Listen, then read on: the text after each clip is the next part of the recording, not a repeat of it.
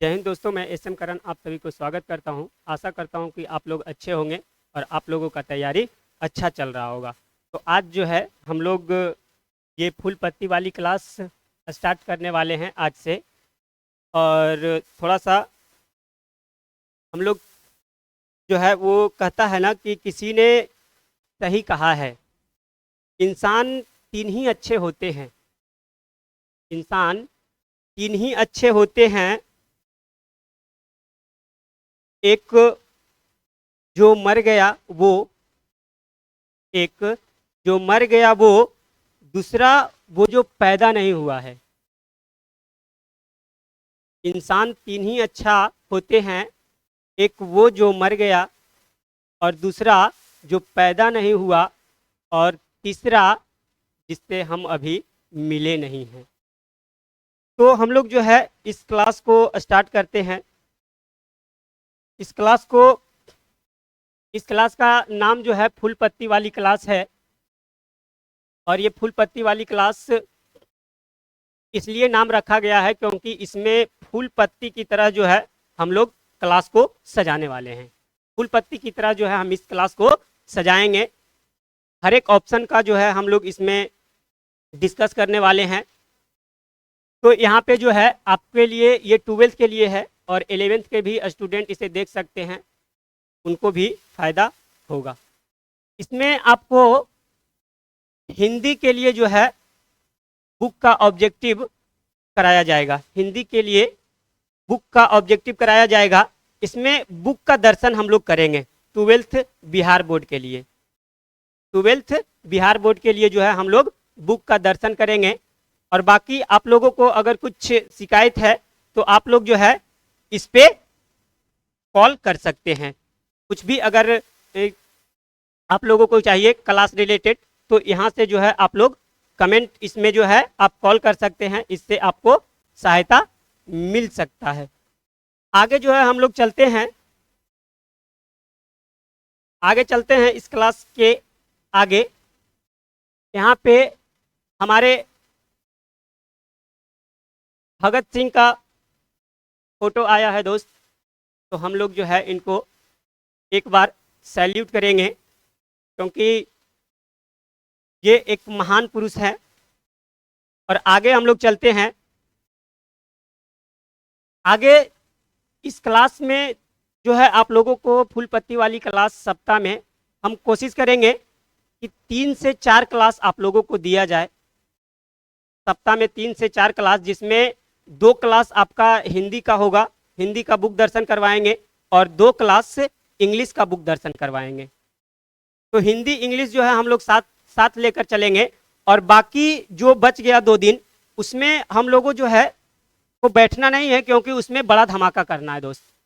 हम लोग जो है 2 दिन जो बचता है उसमें हम लोग एक दिन जो है हिंदी का ग्रामर मैराथन मिलेगा। उसमें एकदम टॉपिक वाइज रहेगा, उसमें पहले समझाया जाएगा और उसके बाद उसको क्वेश्चन जो है वहीं पे किया जाएगा। और एक दिन हिंदी का और एक दिन इंग्लिश का ग्रामर। ये जो है 2 दिन आपको मैराथन क्लास में मिल जाएगा। और बाकी आपको सप्ताह में जो है वो 4 क्लास ये फूल पत्ती वाली मिलते रहेगी।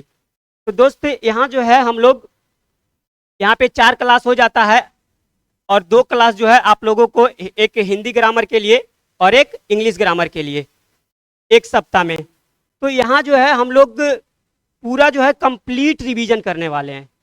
एक कंप्लीट रिवीजन जो है हम लोगों को हो जाएगा। एग्जाम से पहले तक हम कोशिश करेंगे कि पूरा जो है एक कंप्लीट रिवीजन जो है हम लोग कर ले। और इसमें आप जितना भी पढ़े हैं उसमें आपको फायदा होने वाला है, क्योंकि यहाँ जो है ना रिवीजन आपका एक बेहतर तरीका से होने वाला है। आगे जो है हम लोग चलते हैं। आगे इस क्लास को हम लोग श्री गणेश करते हैं। इस क्लास को श्री गणेश करते हैं, और आप लोग जरूर बताइएगा कि ये क्लास कैसा लगा है। तो हम लोग जो है आगे इस क्लास को श्री गणेश करते हैं। ये आपके सामने पहला क्वेश्चन, ये आपके सामने जो है पहला क्वेश्चन है। ये पहला क्वेश्चन आप लोग बताइएगा, फूल पत्ती वाली पहला क्लास, कि बाल कृष्ण भट्ट का जन्म कब हुआ था। आप बताएंगे कि बाल कृष्ण भट्ट का जन्म कब हुआ था। यहाँ पे दिया हुआ है 20 जुलाई 1914, 23 जून 1844, 7 जुलाई 1883 और 12 सितंबर 1922। आप लोग बताएंगे और हम लोग जो है एक एक ऑप्शन को यहाँ पे डील करने वाले हैं दोस्त। यहाँ पे हम लोग चलते हैं कि हम लोग जो है ये 12 सितंबर 1922 क्यों याद रखेंगे। 12 सितंबर 1922 जो है हम लोग क्यों याद रखेंगे, क्योंकि 12 सितंबर 1922 को गुलेरी जी का निधन होता है। किनका निधन होता है? गुलेरी जी।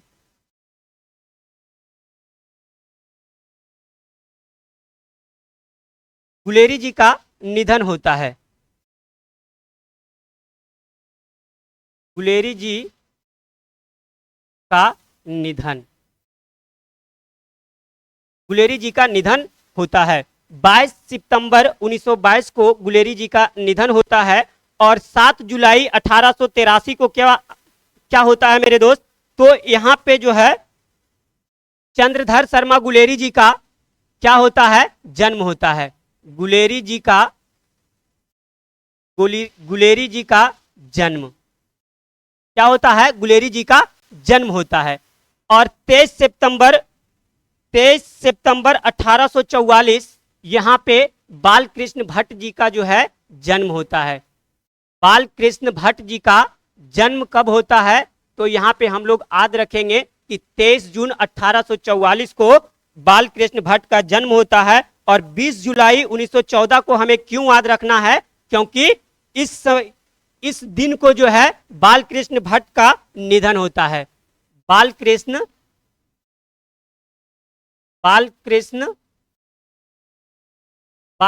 भट्ट का निधन होता है। हम लोग जो है चारों ऑप्शन को यहाँ पे डील कर लिए हैं, क्योंकि बाल कृष्ण भट्ट का जन्म कब होता है? तो 23 जून 1844 को इनका जन्म होता है और 20 जुलाई 1914 में इनका मृत्यु होता है और 7 जुलाई 1883 को गुलेरी जी का जन्म होता है और 12 सितंबर 1922 को गुलेरी जी का निधन होता है। यहाँ पे जो है हम लोग इसी फॉर्मेट जो है इस जिस तरीका से हम आपको समझाने वाले हैं, बस ऐसा ही जो है टोटल क्वेश्चन यहाँ पे समझाया जाएगा, जो कि आप लोगों के लिए बहुत फायदेमंद होने वाला है। यहाँ से जो है रिवीजन आपका बहुत अच्छा से होगा। तो आगे जो है हम लोग चलते हैं अगले क्वेश्चन की ओर। अगला क्वेश्चन क्या कहता है? अगला क्वेश्चन क्या कहता है यहाँ पे देखते हैं। अगला क्वेश्चन कहता है कि चंद्रधर शर्मा गुलेरी किस युग के कहानीकार है? बताएंगे। चंद्रधर शर्मा गुलेरी किस युग के कहानीकार है? भरतेंदु युग, प्रसाद युग और द्विवेदी युग और आधुनिक काल। हम लोग जो है यहाँ पे देखते हैं कि आधुनिक काल को हम लोग क्यों याद रखेंगे? क्योंकि आधुनिक काल में गद्य का विकास हुआ था। आधुनिक काल में गद्य का विकास हुआ था। हमें याद रखना है, आपसे पूछा जाएगा कि गद्य का विकास कब हुआ था? तो गद्य का विकास जो है आधुनिक काल में हुआ था। हमें द्विवेदी युग जो है, चंद्रधर शर्मा जी कौन युग के थे? तो ये द्विवेदी युग के थे। कौन से युग के थे? द्विवेदी युग। तो चंद्रधर शर्मा गुलेरी किस युग के कहानीकार थे? तो द्विवेदी युग के थे। और प्रसाद युग जो है ये होता नहीं कुछ है, इसलिए इसको जो है आपको दे दिया गया था, इसमें कुछ नहीं होता है। आगे जो है भरतेंदु युग हमें क्यों याद रखना है? क्योंकि भरतेंदु युग के कहानीकार कौन है? तो बाल कृष्ण भट्ट। आपसे पूछा जाएगा कि बाल कृष्ण भट्ट किस युग के कहानीकार है? बाल कृष्ण भट्ट किस युग के कहानीकार है? तो हमें बताना है कि भरतेंदु युग। आपसे एक क्वेश्चन और यहाँ पे पूछा जाएगा दोस्त, कि यहाँ पे पूछा जाएगा कि बाल कृष्ण भट्ट, आपसे पूछा जाएगा कि बाल कृष्ण भट्ट किस काल के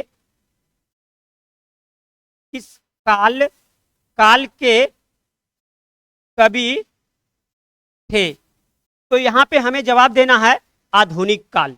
क्या बताना है? आधुनिक काल। एक क्वेश्चन पूछा जाता है कि बालकृष्ण भट्ट किस काल के कवि हैं, तो आधुनिक काल आएगा। और पूछेंगे किस युग के कहानीकार है, तो भरतेंदु युग आएगा। यहाँ पे जो है हम लोग देख लिए कि चंद्रधर शर्मा गुलेरी किस युग के कहानीकार है, तो द्विवेदी युग के कहानीकार है। और यहाँ पे भारतेंदु युग, बालकृष्ण भट्ट जो है किस युग के है, भारतेंदु युग के है। और आधुनिक काल में जो है गद्य का विकास होता है। और बालकृष्ण भट्ट किस काल के कवि थे, तो यहाँ पे हो जाएगा आधुनिक काल। हम जो है अगला क्वेश्चन की ओर चलते हैं। अगला क्वेश्चन क्या कहता है? अगला क्वेश्चन कहता है कि बालकृष्ण भट्ट का जन्म स्थान कहाँ है? बालकृष्ण भट्ट का जन्म स्थान कहाँ है, आप लोग बताएंगे। और यहाँ पे जयपुर राजस्थान और गुलेर कांगड़ा हिमाचल प्रदेश, या सिताब दियारा उत्तर प्रदेश, या इलाहाबाद उत्तर प्रदेश, आप लोग बताएंगे कहाँ जो है इनका जन्म स्थान है बालकृष्ण भट्ट जी के। तो बालकृष्ण भट्ट जी के कहाँ जन्म स्थान है, तो हम लोग जो है यहाँ पे जयपुर राजस्थान क्यों याद रखेंगे, क्योंकि गुलेरी जी का जन्म स्थान है। यहाँ पे जयपुर राजस्थान हमें क्यों याद रखना है, क्योंकि गुलेरी जी का जन्म स्थान है। गुलेरी जी का जन्म स्थान। आपसे अगर पूछेगा कि गुलेरी जी का जन्म स्थान कहाँ है, तो जयपुर राजस्थान होगा। क्या होगा? जयपुर राजस्थान। और गुलेर कांगड़ा हिमाचल प्रदेश हमें क्यों याद रखना है, क्योंकि गुलेरी जी का मूल निवास है। यहाँ पे जो है गुलेरी जी का मूल निवास कहाँ है? गुलेरी जी का मूल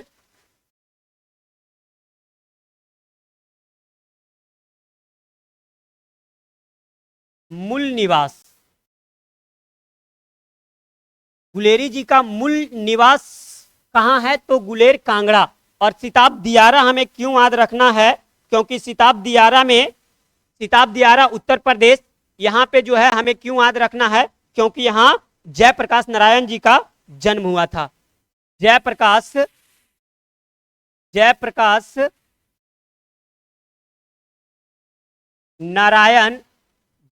नारायण जी का जन्म हुआ था।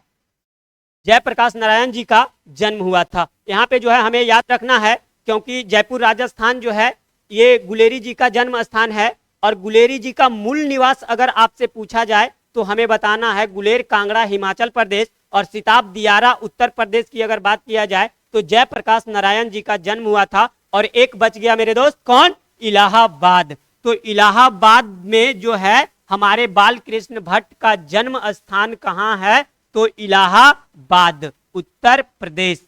इलाहाबाद उत्तर प्रदेश कौन हो जाएगा? इलाहाबाद उत्तर प्रदेश। नेक्स्ट क्वेश्चन की ओर जो है हम लोग चलते हैं। और नेक्स्ट क्वेश्चन क्या कहता है, यहाँ पे हम लोग देखते हैं। नेक्स्ट क्वेश्चन कहता है कि जयप्रकाश नारायण के माता का क्या नाम है, बताएंगे। जयप्रकाश नारायण के माता का नाम क्या है? फूलरानी, पार्वती देवी, मानरूप देवी, प्रभावती देवी, बताएंगे क्या है जयप्रकाश नारायण के माता का नाम। जयप्रकाश नारायण के माता का नाम क्या है, आप लोग बताएंगे।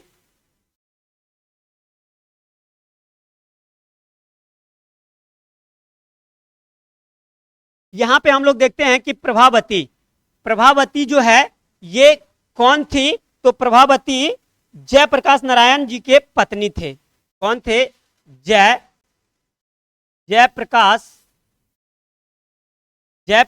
नारायण जी के पत्नी। जयप्रकाश नारायण जी के पत्नी। जयप्रकाश नारायण जी के पत्नी कौन? प्रभावती देवी। और हमें याद रखना है कि मानरूप देवी कौन थी, तो रामधारी सिंह दिनकर के माता। रामधारी रामधारी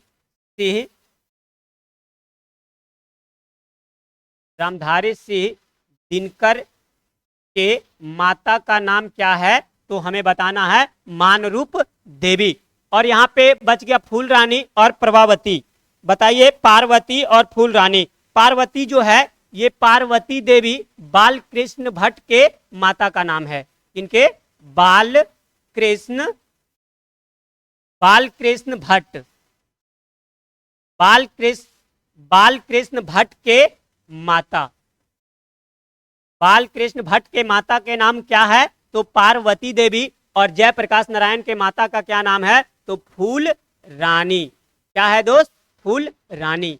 यहाँ पे जो है फूल रानी। अगर आप लोगों को अच्छा लग रहा है तो ये क्लास अगर अच्छा लग रहा है तो आप कमेंट बॉक्स में दिल मारकर जरूर फेंकिएगा, ताकि नेक्स्ट क्लास जो है और अच्छे से एनर्जी के साथ जो है हम क्लास ले सके। अगर अच्छा लग रहा है दोस्त तो आप जो है इस क्लास को जरूर देखिए अच्छे से, और यहाँ पे जो है कमेंट में दिल जरूर मारिएगा, दिल मारिएगा। दिल जो है आपका कहीं नहीं लगना चाहिए, दिल हमारे पास आना चाहिए। ये आपका 2 महीना जो बच रहा है कुछ दिन, और इसमें आप लोगों को पढ़ाई करना है। और यहाँ पे जो है कमेंट बॉक्स दिल से लाल हो जाना चाहिए, ताकि हमें पता चल सके कि हाँ ये क्लास जो है अगर आप लोगों के लिए इम्पोर्टेंट है और अच्छा लग रहा है तो हम और एनर्जी के साथ जो है ये क्लास को ले सके। और आप जो है देखते रहिए। यहाँ पे देखिएगा, यहाँ पे नेक्स्ट क्वेश्चन क्या कहता है? नेक्स्ट क्वेश्चन कहता है कि रामधारी सिंह दिनकर का जन्म कब हुआ था? बताएंगे। 24 अप्रैल 1974, 23 सितंबर 1908, 11 अक्टूबर 1902, 8 अक्टूबर 1979। बताएंगे, बताएंगे आप जो है रामधारी सिंह दिनकर जी का जन्म कब होता है? रामधारी सिंह दिनकर जी का जन्म कब होता है? तो हम लोग जो है यहां पर देखते हैं कि 24 अप्रैल 1974 हमें क्यों याद रखना है, और 23 सितंबर 1908 और 8 अक्टूबर 1979 और 11 अक्टूबर 1902। यहां पे देखते हैं कि दिनकर जी का यहां 24 अप्रैल 1974 में दिनकर जी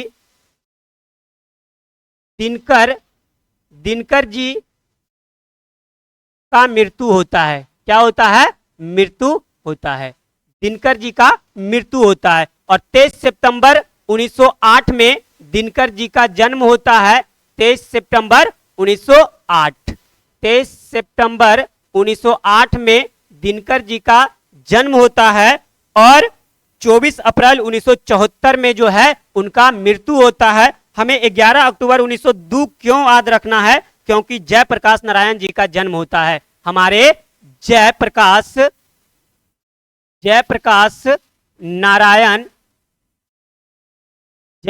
नारायण जी का जन्म होता है। क्या होता है? जयप्रकाश नारायण जी का जन्म होता है। और 8 अक्टूबर 1969 हमें क्यों याद रखना है? क्योंकि इस दिन को जो है हमारे जयप्रकाश जी का मृत्यु होता है।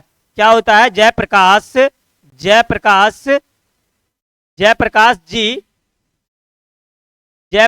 जी के मृत्यु होता है। जयप्रकाश जी के मृत्यु होता है। लोग चारों ऑप्शन जो है यहां पर देख लिए कि रामधारी सिंह दिनकर जी का जन्म कब हुआ था। तो 23 सितंबर 1908 में उनका जन्म होता है, और 24 अप्रैल 1974 में दिनकर जी का मृत्यु होता है, और 11 अक्टूबर 1902 में जयप्रकाश नारायण जी का जन्म होता है, और 8 अक्टूबर 1979 में जयप्रकाश नारायण जी का मृत्यु हो जाता है। तो हम लोग जो है आगे चलते हैं नेक्स्ट क्वेश्चन की ओर। और नेक्स्ट क्वेश्चन क्या कहता है?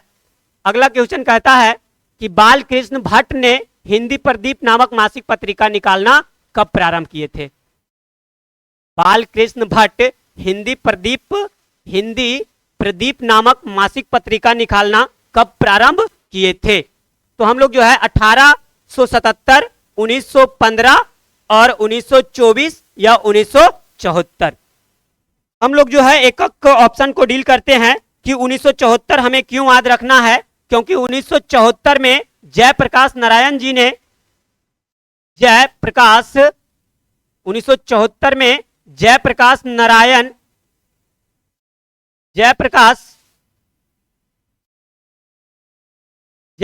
नारायण जी ने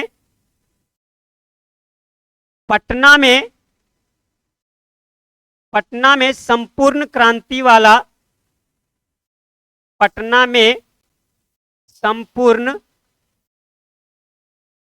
संपूर्ण क्रांति वाला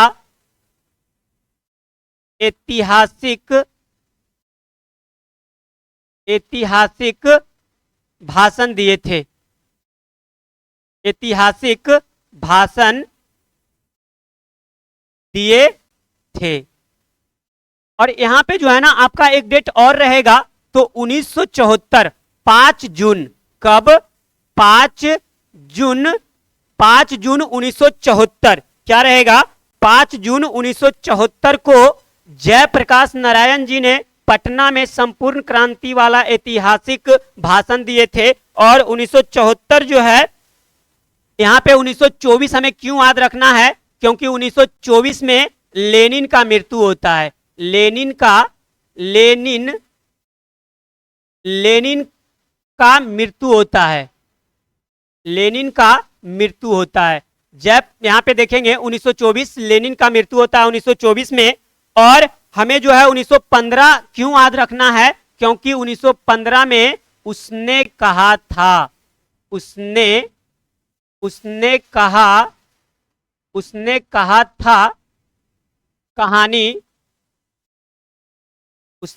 था कहानी प्रकाशित होती है। प्रकाशित होती है। उसने कहा था कहानी प्रकाशित कब होती है? तो 1915 में। और 1877 में हिंदी प्रदीप नामक मासिक पत्रिका निकालना प्रारंभ किए थे बालकृष्ण भट्ट। यहाँ पे जो है हम लोग एक ऑप्शन को देख लिए हैं। एक बार यहाँ पे जो है एक कि 1915 हमें क्यों याद रखना है? क्योंकि उसने कहा था कहानी प्रकाशित होती है। और 1924 हमें क्यों याद रखना है? क्योंकि लेनिन का मृत्यु होता है। और 1974 हमें क्यों याद रखना है? क्योंकि 5 जून 1974 को जयप्रकाश नारायण जी ने पटना में संपूर्ण क्रांति वाला ऐतिहासिक भाषण दिए थे। नेक्स्ट क्वेश्चन की ओर हम लोग चलते हैं। और नेक्स्ट क्वेश्चन क्या कहता है यहां पे देखते हैं। नेक्स्ट क्वेश्चन कहता है कि प्रजा सोशलिस्ट पार्टी का गठन कब होता है? प्रजा सोशलिस्ट पार्टी का गठन कब होता है? बताएंगे 1952, 1974, 1998 और 1975 में।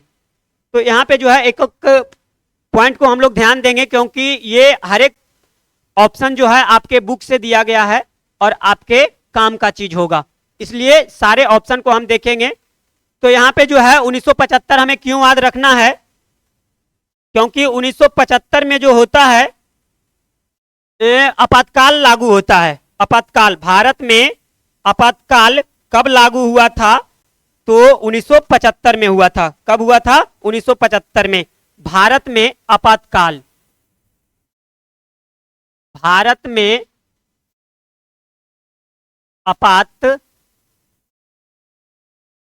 में आपातकाल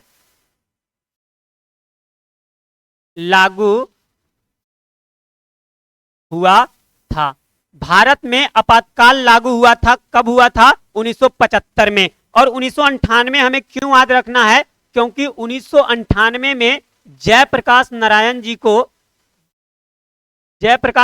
को भारत रत्न मिलता है। जयप्रकाश नारायण जी को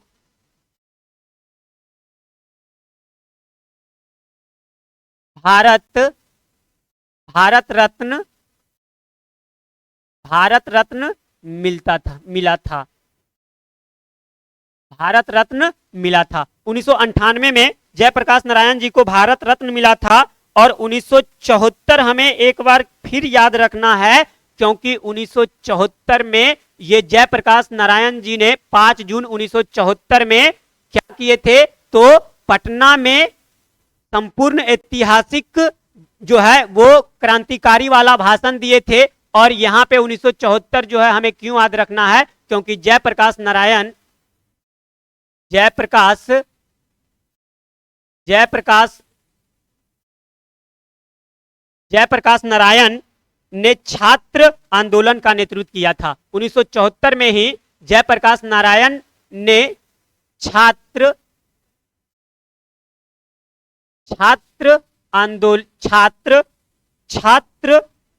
आंदोलन का नेतृत्व किया था। छात्र आंदोलन का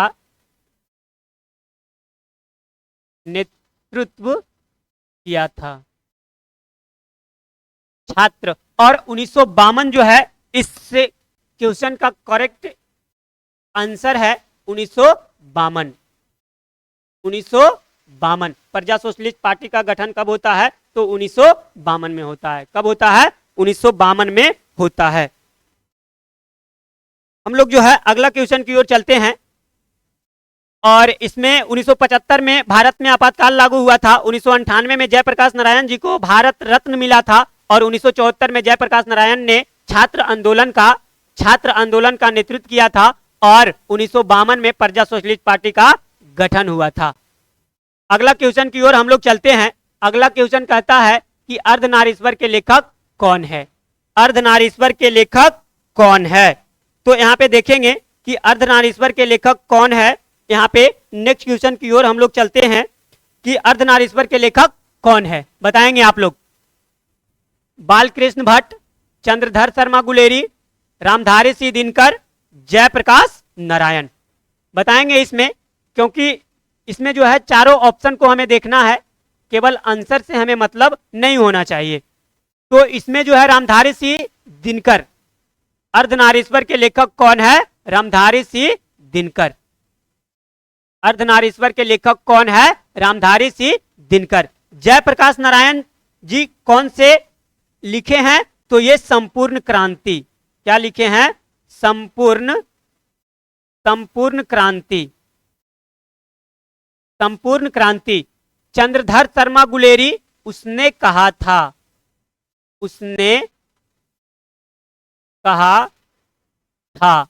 और बालकृष्ण भट्ट बातचीत।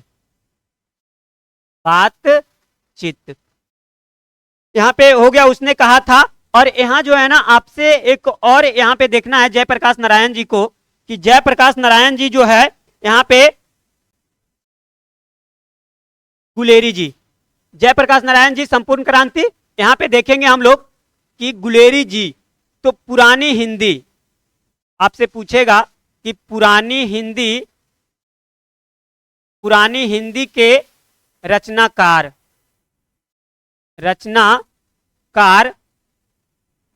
कौन है?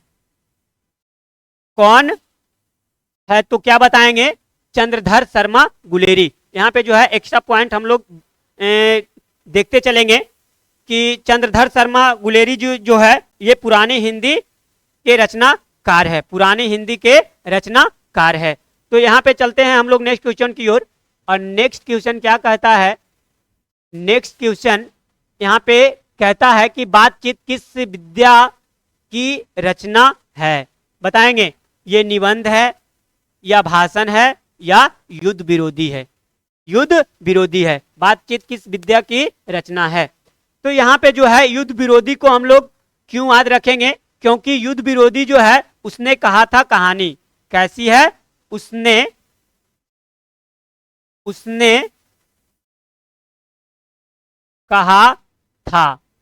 कहा था कहानी जो है वो कैसी है? तो युद्ध विरोधी है। और यहाँ पे भाषण, यहाँ पे संपूर्ण क्रांति।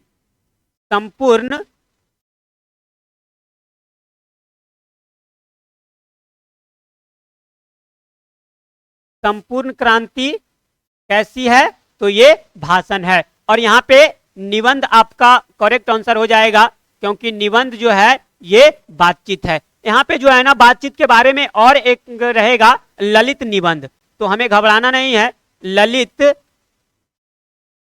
ललित निबंध भी अगर रहेगा तो हमें वो भी जवाब देना है। क्या? ललित निबंध। तो बातचीत, ललित निबंध या निबंध, इसमें से कुछ भी रहेगा तो हमें बताना है कि बातचीत किस विद्या की रचना है। तो निबंध है, ललित निबंध है। और भाषण जो है वो कौन से कहानी है, तो ये संपूर्ण क्रांति जो है ये संपूर्ण क्रांति भाषण है और उसने कहा था ये युद्ध विरोधी है।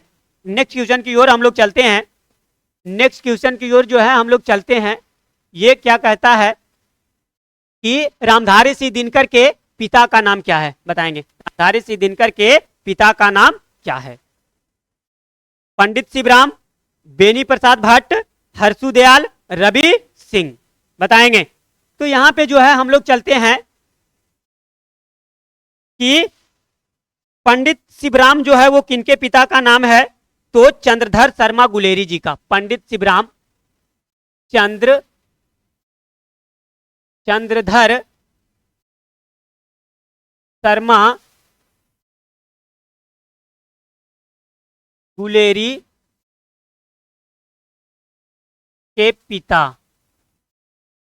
चंद्रधर शर्मा गुलेरी के पिता कौन है? तो पंडित शिवराम। बेनी प्रसाद भट्ट हमें क्यों याद रखना है? क्योंकि बाल कृष्ण भट्ट के पिता, बालकृष्ण भट्ट के पिता। और यहाँ पे हर्षुदयाल, और यहाँ पे हर्षुदयाल जो है जयप्रकाश नारायण जी के पिता का नाम है। जयप्रकाश नारायण के पिता। जयप्रकाश नारायण जी के पिता के नाम क्या है? हर्षुदयाल। और यहाँ पे आपके जो है रामधारी सिंह दिनकर जी के पिता का नाम क्या है? रवि सिंह। तो यहाँ पे जो है हम लोग रिलेट कर सकते हैं कि भट्ट तो भट्ट, यहाँ पे बेनी प्रसाद भट्ट तो बालकृष्ण भट्ट, रवि सिंह। ऐसा हमेशा नहीं होता है, बट थोड़ा बहुत जो है हमें रिलेट करना पड़ता है। इससे जो है आपको याद रहेगा कि रामधारी सिंह दिनकर के रवि सिंह, तो यहाँ जो है इससे और इससे हम लोग कर सकते हैं सिंह, और भट्ट इससे बेनी प्रसाद भट्ट तो बालकृष्ण भट्ट, इससे जो है हम लोग कर सकते हैं। अगर ये क्लास अच्छा लग रहा है तो हम जो है आप लोग कमेंट बॉक्स में दिल फेंकना न भूलें, क्योंकि दिल फेंकिएगा तो हम और एनर्जी के साथ आपको पढ़ाएंगे। और कमेंट बॉक्स में जरूर दिल फेंक कर मारिएगा। और यहाँ पे जो है ना आपको जो क्लास मिलने वाला है ग्रामर वाला, ये हिंदी ग्रामर और इंग्लिश ग्रामर का, वो आपको यहाँ पे जो है ना अभी ये मिला नहीं है, क्योंकि बिहार रैंकर्स जो है एक चैनल लॉन्च करेंगे। वो आपका अपना चैनल होगा और उस पे जो है आपका मिलेगा हिंदी और इंग्लिश ग्रामर का कंप्लीट जो है वो उस पे वीडियो मिलने वाला है। कब मिलेगा आप जो है इस क्लास में आप लोगों को बताया जाएगा, क्योंकि वो शनिवार और रविवार को ही मिलेगा। और ये क्लास जो है आपको 4 फुल पत्ती वाली क्लास जो है मिलते रहेगी। और वो जो है 2 क्लास, ये क्लास जो है साइंस सेंटर पे मिलेगा, और वो 2 क्लास जो है हिंदी ग्रामर और इंग्लिश ग्रामर वो आपको मिलेगा बिहार रैंकर्स। अगर बिहार में रैंक्स प्राप्त करना है तो आप फुल पत्ती वाली क्लास जो है बिल्कुल छोड़िए मत, क्योंकि यहाँ से आपका रिवीजन होने वाला है। और बिहार रैंकर्स जो होगा ये आपका अपना चैनल होगा, और जो है 0 सब्सक्राइबर से हम स्टार्ट करने वाले हैं दोस्त, आपके भरोसे। और इसमें जो है हम कंप्लीट ग्रामर आपको पढ़ाने वाले हैं, हिंदी और इंग्लिश। एक बार जो है आप देखिएगा उसे, और जब जो है ये लॉन्च होगा, अभी हुआ नहीं है लेकिन ये लॉन्च होगा, और उस दिन जो है आपका वीडियो उस पे मिलेगा। तो अगला क्वेश्चन की ओर हम लोग चलते हैं। जानकारी जो है आपको मिलते रहेगा यहाँ पे जो है बिहार रैंकर्स से आपके चैनल जो है वहां पे जब बनेगा तो उस पे जरूर मिलेगा। चलिए आगे चलते हैं। आगे कहता है कि सच्चिदानंद हीरानंद वत्स्यायन अज्ञेय के जन्म कब हुआ था, बताएंगे। यहाँ पे जो है आप बताएंगे कि कब हुआ था। तो यहाँ जो है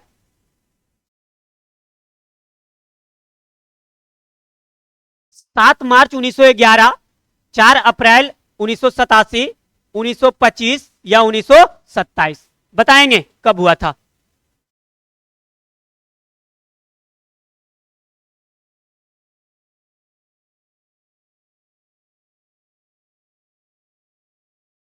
हमें जो है ना यहाँ पे देखना है, एक एक ऑप्शन को देखना है कि हमें 1927 क्यों याद रखना है, क्योंकि अज्ञेय जी ने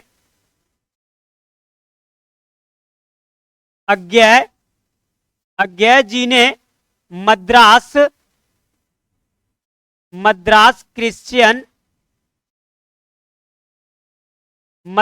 क्रिश्चियन कॉलेज से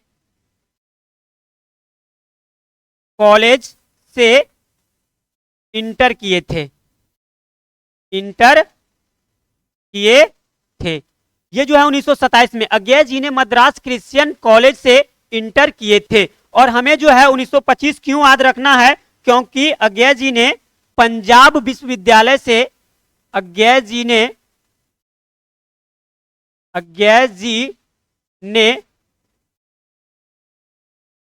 पंजाब विश्वविद्यालय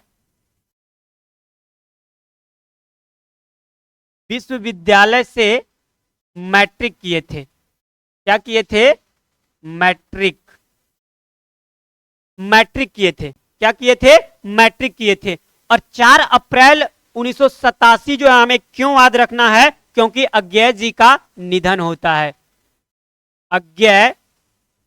अज्ञेय जी का निधन कब होता है? अज्ञेय जी का निधन कब होता है? तो 4 अप्रैल 1987 में। और 7 मार्च 1911 में अज्ञेय जी का जन्म होता है। कब होता है?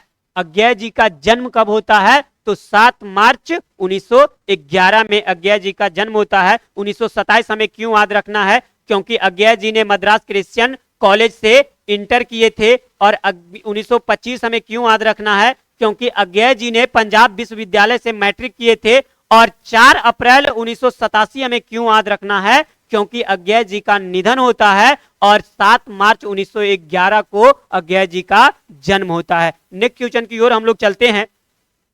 नेक्स्ट क्वेश्चन कहता है कि राम रमोवल का अर्थ क्या होता है? यहां पे हम लोग देखेंगे राम रमोवल का अर्थ क्या होता है, बताएंगे। अवाक होकर अपने से बातचीत करना, या 4 से अधिक लोगों के बीच बातचीत करना, या 2 से 2 लोगों के बीच बातचीत करना। तो हमें जो है यहां पे देखेंगे कि 2 लोगों के बीच बातचीत करना, 2 लोगों के बीच बातचीत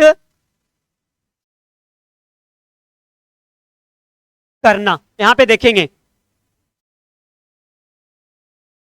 तो 2 लोगों के बीच बातचीत जो है करना, ये किनके अनुसार है? किनके अनुसार 2 लोगों के बीच बातचीत करना होता है?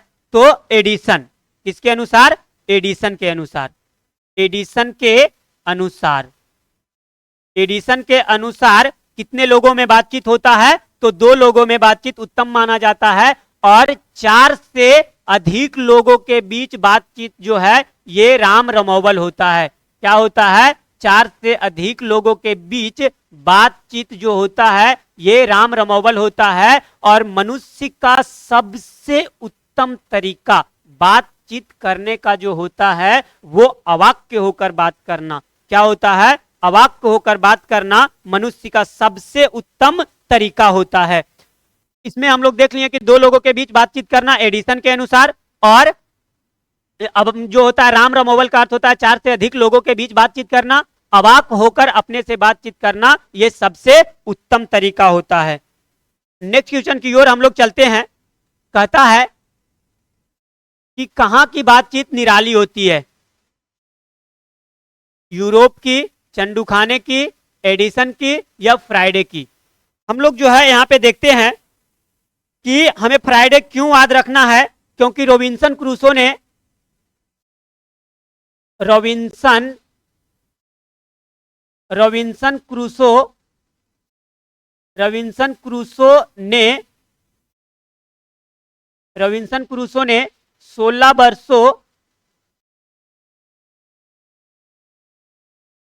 वर्षों के उपरांत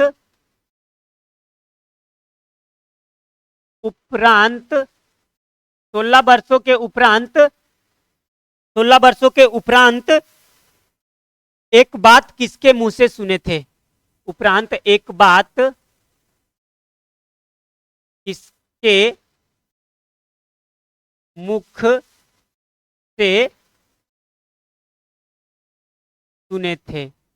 तो क्या हो जाएगा यहाँ पे, किसके मुख से सुने थे, तो फ्राइडे की। यहाँ पे जो है एडिशन, एडिशन हमें क्यों याद रखना है, क्योंकि एडिशन के अनुसार दो लोगों के बीच बातचीत करना, दो लोगों के बीच बातचीत करना, दो लोगों के बीच बातचीत करना। यहाँ पे जो है चंडू खाने, तो कहाँ की बातचीत जो है निराली होती है, चंडू खाने की बातचीत जो है निराली होती है। हमें ये याद रखना है, ये ऑप्शन सही हुआ। और यहाँ पे आगे देखेंगे कि यूरोप, हमें यूरोप जो है क्यों याद रखना है, क्योंकि यूरोप के लोगों में आर्ट ऑफ कन्वर्सेशन होता है। तो आर्ट ऑफ कन्वर्सेशन कहाँ के लोगों में होता है, आर्ट ऑफ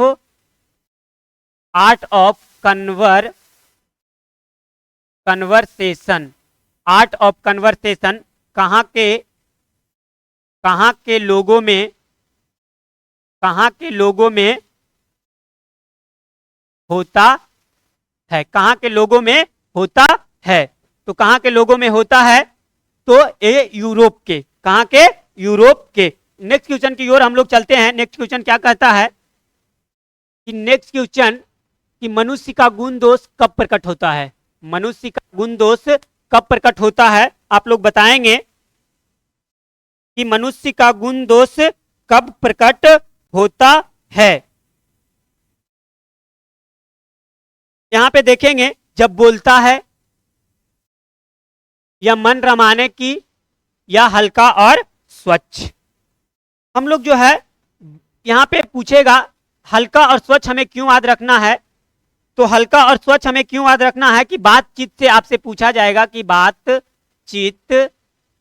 बातचीत से मन कैसा हो जाता है, बातचीत से मन कैसा हो जाता है, बातचीत से मन कैसा हो जाता है, तो वो हल्का और स्वच्छ हो जाता है।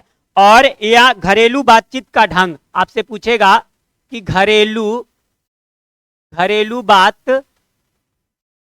बातचीत का ढंग, घरेलू बातचीत का ढंग जो है वो कैसा है, तो वो मन रमाने की है। और मनुष्य का गुण दोष कब प्रकट होता है, जब कोई बोलता है, जब कोई बोलता है, तो ये मनुष्य का गुण दोष का प्रकट होता है जब कोई बोलता है।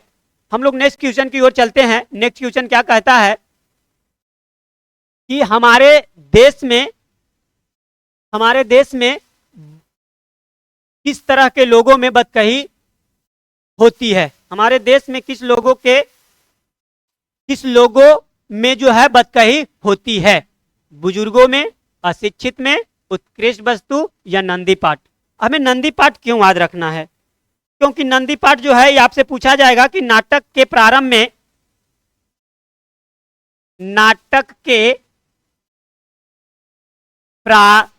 में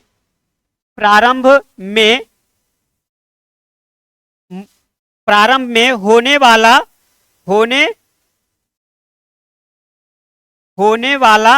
नंदी पाठ, होने वाला नंदी पाठ, होने वाला नंदी पाठ, होने वाला नंदी पाठ को क्या कहते हैं, होने वाला नंदी पाठ को क्या कहते हैं, होने वाला पाठ को जो है हम लोग क्या कहते हैं, मंगल पाठ। नंदी पाठ नहीं, यहाँ पे देखना है, होने वाला मंगल पाठ,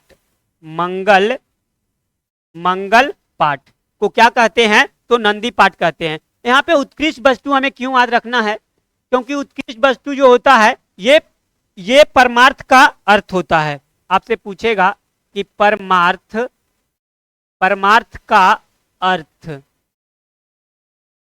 का अर्थ क्या होता है, तो उत्कृष्ट वस्तु होता है। हमारे देश में अशिक्षित लोगों में जो होता है वो बदकही होता है। किसके लोग, कौन से लोगों में होता है, अशिक्षित लोगों में बदकही होता है। और हमें जो है बुजुर्गों में हमें क्या, बुजुर्ग जो है हमें क्यों याद रखना है, क्योंकि इसमें जो है प्रायः जमाने की शिकायत से संबंधित आपसे पूछेगा, प्रायः जमाने की शिकायत, प्रायः जमाने की शिकायत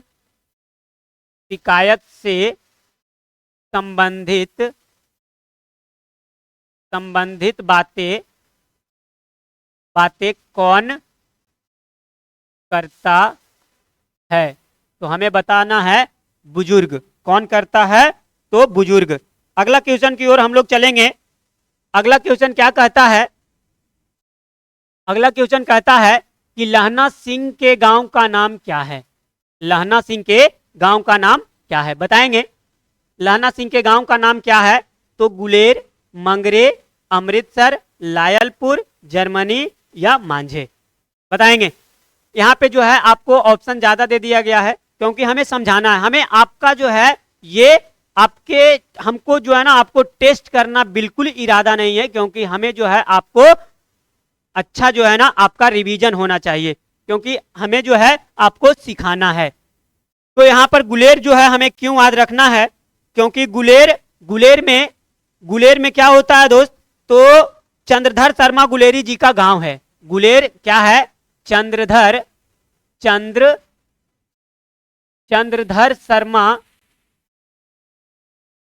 शर्मा गुलेरी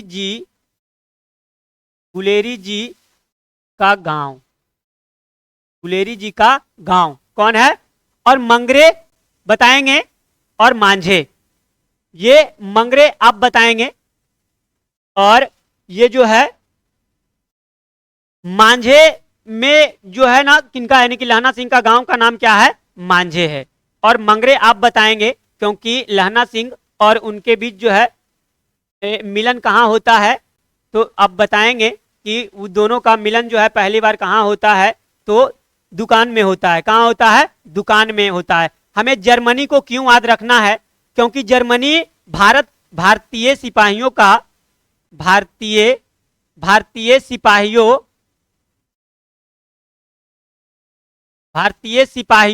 का संघर्ष किसके साथ हुआ था? किसके साथ हुआ था? तो हमें बताना है जर्मनी। लायलपुर हमें क्यों याद रखना है? क्योंकि लायलपुर जो है सरकार ने सूबेदार को जमीन दिया था। लायलपुर में सरकार ने सूबेदार को जमीन, आपसे पूछेगा सरकार ने सूबेदार को जमीन कहां दिया था? तो हमें बताना है लायलपुर। अमृतसर हमें क्यों याद रखना है? क्योंकि अमृतसर जो है उसने कहा था, आपसे पूछेगा कि उसने कहा था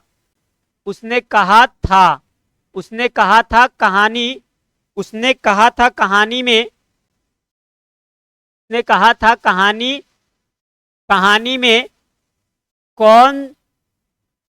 कौन सा शहर चित्रण हुआ है? उसने कहा था कहानी में कौन सा शहर का चित्रण हुआ है? तो हमें बताना है अमृतसर। तो यहाँ पे जो है हम लोग सारे ऑप्शन को देख लिए और गुलेर में जो है चंद्रधर शर्मा गुलेरी जी के गांव का क्या नाम है? गुलेर है। और मंगरे आपको बताना है क्योंकि ये आपसे संबंधित है, आप इसे बताएंगे। मांझे हम बता दिए क्योंकि लहना सिंह के गांव का नाम है। चलिए आगे चलते हैं कि उसने कहा था कहानी कितने भागों में बांटी गई है? उसने कहा था कहानी कितने भागों में बांटी गई है? बताइएगा। इसमें जो है हमें देखना है 10, 5, 77 बताएंगे। इसमें देखेंगे 10 हमें क्यों याद रखना है? क्योंकि लप्टन साहब सूबेदार को, इसमें आपसे पूछेगा लप्टन साहब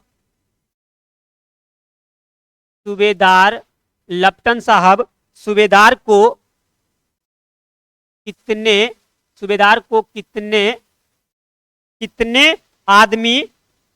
कितने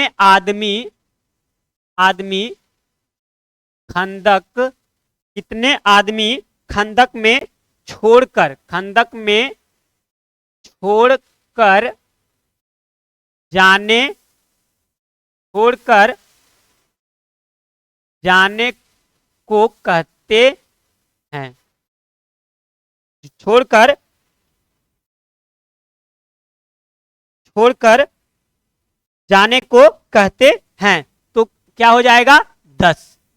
और हमारा जो है ये उसने कहा था कहानी, उसने कहा था कहानी 5 भागों में बांटी हुई है। उसने कहा था कहानी 5 भागों में बांटा हुआ है। हमें 77 क्यों याद रखना है?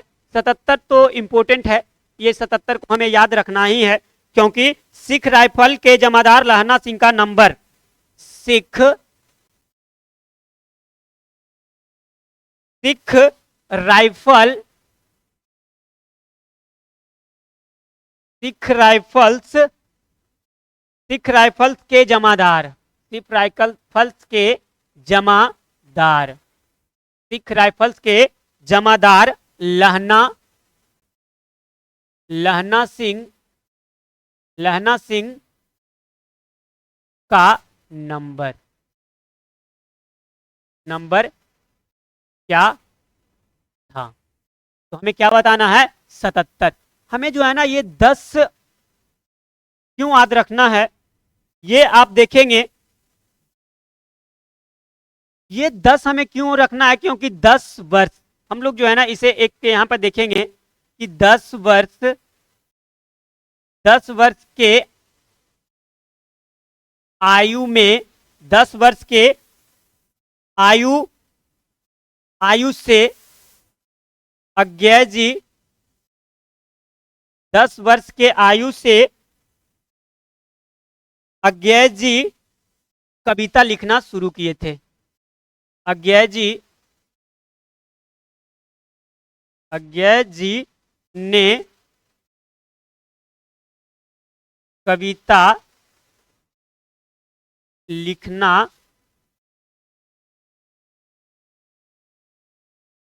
शुरू किए थे।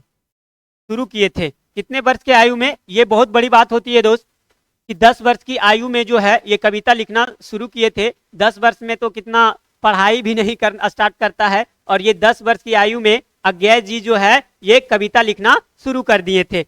हम लोग जो है नेक्स्ट क्वेश्चन की ओर चलते हैं। नेक्स्ट क्या कहता है? नेक्स्ट क्वेश्चन कहता है कि लड़का और लड़की पहली बार कहाँ मिलते हैं। हम ये जो है आपका चर्चा कर चुके हैं पहले कि कहाँ मिलते हैं। ये जगधारी, दुकान, मोकामा, पटना। बताएंगे कि ये जो हमें लड़का लड़की सबसे पहले जो है आप लोग जानते हैं कि दुकान में मिला था। कहाँ मिला था? दुकान में मिला था। हमें जो है ना पटना क्यों याद रखना है? क्योंकि पटना में जो है, पटना में क्यों याद रखना है? पटना में क्यों याद रखना है? क्योंकि जयप्रकाश जी पटना में, यानी कि 5 जून 1974 को जयप्रकाश जी 5 जून 1974 को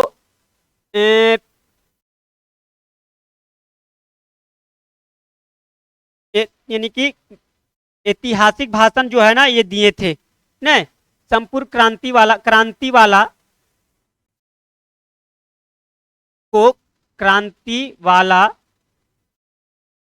ऐतिहासिक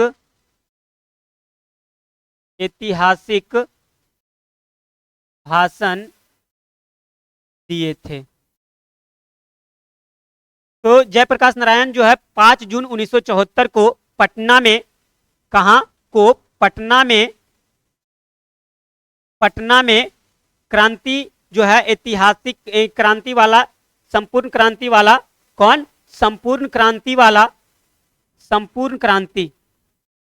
क्रांति वाला ऐतिहासिक भाषण देते हैं। आपसे पूछा जाएगा कि जयप्रकाश नारायण जी ने संपूर्ण क्रांति वाला ऐतिहासिक भाषण पटना में कब दिए थे? तो 5 जून 1974 को दिए थे। अगर आपसे पूछ दे कि कहां दिए थे, तो पटना में दिए थे। कौन दिए थे? तो यानी कि जेपी जयप्रकाश नारायण जी। मोकामा हमें क्यों याद रखना है दोस्त, क्योंकि मोकामा जो है, मोकामा हमें मोकामा घाट नहीं, मोकामा घाट क्यों याद रखना है, क्योंकि रेलवे हाई स्कूल यहाँ पे हमें देखना है, रेलवे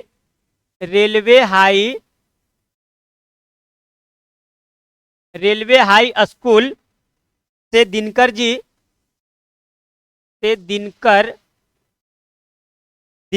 जी 1928 में मैट्रिक पास किए थे। से दिनकर जी 1928 में मैट्रिक पास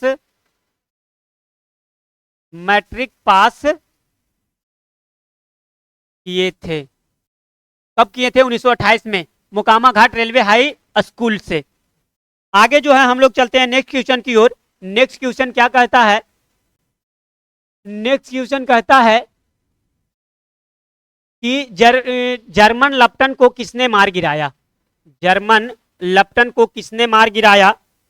तो यहाँ पे देखिएगा, बोधा सिंह, बजीरा सिंह, लहना सिंह, हजारा सिंह, कीरत सिंह। हमें बताना है, आपको ऑप्शन जो है वो 4-5 मिल गया है, तो हमें सबको जो है डिटेल से समझना है कि कीरत सिंह कौन था, हजारा सिंह कौन था, लहना सिंह और बोधा सिंह। कीरत सिंह जो है ये लहना सिंह का भतीजा, लहना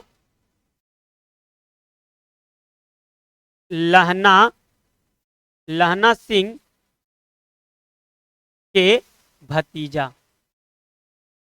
कीरत सिंह कौन थे? तो लहना सिंह के भतीजा। और हजारा सिंह जो है वो बोधा सिंह के पिता, बोधा सिंह के पिता। बोधा सिंह के पिता कौन है? हजारा सिंह। और लहना सिंह जो है ये लप्टन जर्मन को जो है, जर्मन लप्टन को मार किसने गिराया? तो लहना सिंह।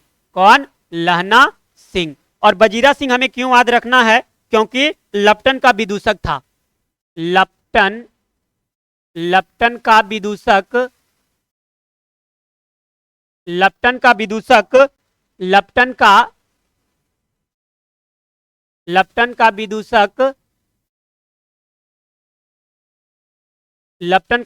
कौन था? लप्टन का विदूषक था बजीरा सिंह। और बोधा सिंह जो है वो सूबेदार हजारा सिंह के लड़का। बोधा सिंह कौन था? तो हजारा सिंह के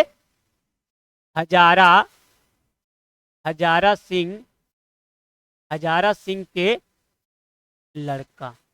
कौन थे? हजारा सिंह के लड़का। तो हम जो है यहाँ पे सारा ऑप्शन को यहाँ पे देख लिए। आप लोग जो है एक बार फिर से देख लीजिएगा, जर्मन लप्टन को किसने मार गिराया? तो लहना सिंह। यहाँ पे कीरत सिंह कौन थे? तो लहना सिंह के भतीजा थे। कौन थे? लहना सिंह के भतीजा थे। और हजारा सिंह कौन थे? तो बोधा सिंह के पिता। और यहाँ पे बजीरा सिंह कौन? लप्टन का विदूषक था। लप्टन का विदूषक कौन था? तो यहाँ पे बताना है बजीरा सिंह। और बोधा सिंह कौन था? तो हजारा सिंह के लड़का। बोधा सिंह कौन था? हजारा सिंह के लड़का। नेक्स्ट क्वेश्चन की ओर जो है हम लोग चलते हैं। नेक्स्ट क्वेश्चन क्या कहता है? नेक्स्ट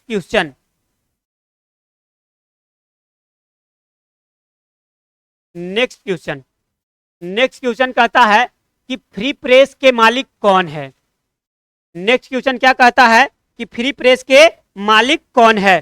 फ्री प्रेस के मालिक कौन है? यहां पे देखेंगे तो फ्री प्रेस के मालिक जयप्रकाश नारायण जी, स्वामी सत्यदेव जी, सदानंद जी, जवाहरलाल जी और दिनकर जी। हम लोग बताएंगे इसमें जो है ये कौन है।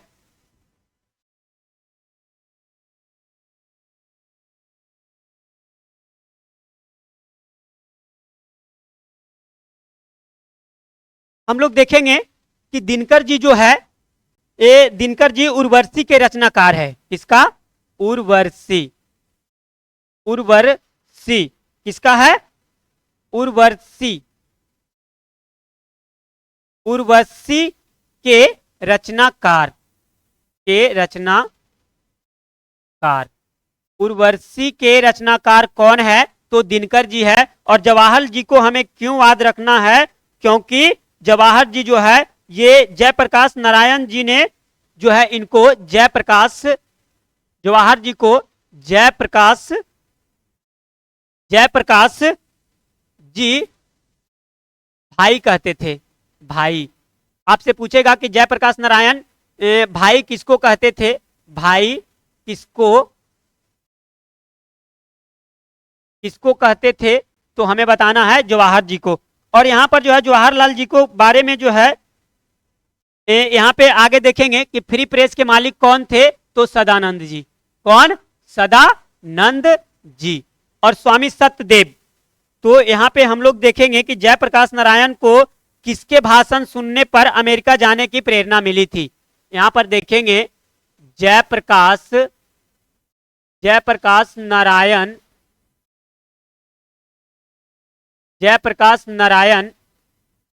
नारायण को किसके भाषण, जयप्रकाश नारायण को किसके भाषण सुनने पर, किसके भाषण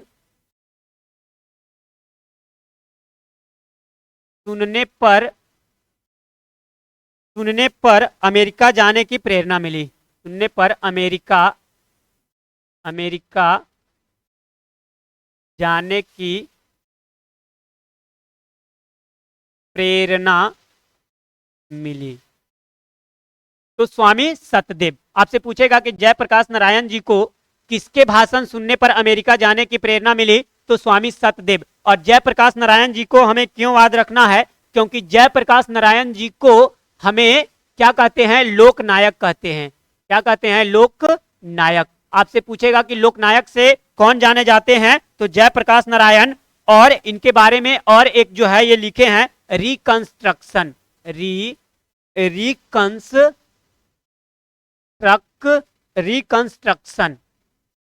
reconstruction of Indian polity. Indian polity. आपसे पूछेगा कि रिकंस्ट्रक्शन ऑफ इंडियन पॉलिटी के लेखक कौन है, तो जयप्रकाश नारायण। जयप्रकाश नारायण को क्या बोलते हैं? लोकनायक। यहाँ पे आपसे पूछेगा कि जयप्रकाश नारायण जी को किसके भाषण सुनने पर अमेरिका जाने की प्रेरणा मिली, तो स्वामी सत्यदेव। फ्री प्रेस के मालिक कौन है, तो यहाँ पे आ जाएगा सदानंद जी। और जवाहर जी जो है हमें क्यों याद रखना है, क्योंकि जयप्रकाश जी जो है भाई किसको कहते थे, तो जवाहरलाल जी को। और दिनकर जी हमें क्यों याद रखना है, क्योंकि उर्वशी के रचनाकार कौन है, दिनकर जी। हम लोग जो है यहाँ पे सारे ऑप्शन को देख लिए और आगे जो है हम लोग बढ़ते हैं। आगे जो है आपका क्वेश्चन यहाँ पे समाप्त हो जाता है। यहाँ पे क्वेश्चन समाप्त हो जाता है। कैसा लगा ये क्लास, आप लोग जो है ना कमेंट में जरूर बताइएगा कि ये कैसा लगा है। और ये आज का गृह कार्य जो है यहाँ पे आप लोग जो है इसको कमेंट बॉक्स में जरूर बताइएगा कि शुद्ध कविता के खोज के लेखक कौन है। यहाँ द एंड होता है फुल पत्ती वाली क्लास, और आप जो है इसमें आप बताएंगे कमेंट बॉक्स में, जरूर दिल फेंक कर मारिएगा ताकि हमें पता चलेगा कि ये क्लास जो है आप लोगों के लिए कितना इंपॉर्टेंट है। और बाकी जो है यहाँ पे हम आपसे विदा लेते हैं। जय हिंद, जय भारत।